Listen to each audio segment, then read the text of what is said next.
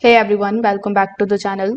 In today's video, I will show you how to fix the GE washer leaking, that too from the bottom in 2026. So in order to fix it, you need to first of all start by pulling the washer slightly forward and inspecting the drain hose and inlet hoses at the back. You need to take a look at the loose connections, cracks or worn rubber seals. Even a small split or poorly tightened hose can cause the water to drip underneath the machine during fill or drain cycles. Now, sometimes a damaged or drain pump is one of the most common reasons why water leaks from the bottom at a GE washer. So you need to simply check underneath for visible signs of dripping during draining. If water appears near the pump assembly, the pump housing or pump seals may need replacement. Now you can also examine the door boot and the tub seal.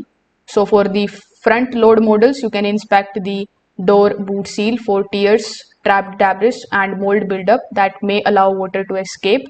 For top load models, the worn tub seals can also leak water downward during the agitation or spin cycle. Now, overloading the washer and using too much detergent can also create excessive suds, which may overflow or force the water out from the lower components. So in order to fix that, you can just simply use the correct detergent type and proper load sizes to prevent unnecessary pressures inside the machine. So if this video helped you out, make sure that you like this video and subscribe to the channel.